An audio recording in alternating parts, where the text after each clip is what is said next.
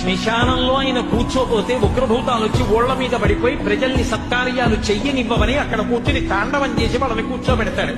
పార్వతీదేవి అడిగింది మహాభారతం అనుశాసనిక పర్వంలో, శుభ్రమైన కైలాసం ఉండగా, ఇంత ఐశ్వర్యం ఉండగా, చింతామణి గృహం ఉండగా శ్మశానంలో ఎందుకుంటున్నారని అడిగింది.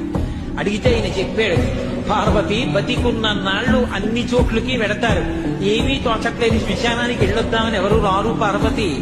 నేనంతవాణ్ణంటాడు, పొడుగ్గా ఉన్నానంటాడు, తెల్లగా ఉన్నానంటాడు, పండితుండంటాడు, పద్యాలు నాకు నోటికొచ్చంటాడు, ఉపన్యాసం చెప్పగలనంటాడు, నాకు పాటలొచ్చంటాడు, నేను నాట్యం చేస్తానంటాడు, నేను అధికారినంటాడు, నా దగ్గర డబ్బుందంటాడు, నేను పాట పాడగలనంటాడు. ఇన్ని ఉన్నాయనుకున్న వాడిలోంచి ఊపిరి బయటికి వెళ్ళిపోయిన తరువాత వాడిని తీసుకెళ్లి 4 కొత్త కర్రల మీద పడుకోబెట్టి చాప చుట్టి తాడు కట్టి పైన నూలుబట్ట కప్పి తీసుకొచ్చి అన్నీ తీసేసి కర్రల మీద పడుకోబెట్టి కాల్చేస్తుంటే జీవుడు లేచి నిలబడి పుర్రె పగిలిపోయిన తరువాత కన్న కొడుకు కూడా స్నానం చేసి వెళ్ళిపోతుంటే చీకటి పడిపోయాక, అయ్య బాబోయ్ చుట్టూ ఉగ్రభూతాలు, నా వాళ్ళన్న వాళ్ళు లేరు, వీళ్ళని నమ్ముకున్నాను, ఒక్కడు లేడని ఏడుస్తుంటే నేనున్నాను రా అని చెప్పడానికి నేను కూడా లేకపోతే చచ్చిన వాడు 1000 మాటలు చచ్చిపోతారని అక్కడ ఉన్నారు పార్వతి.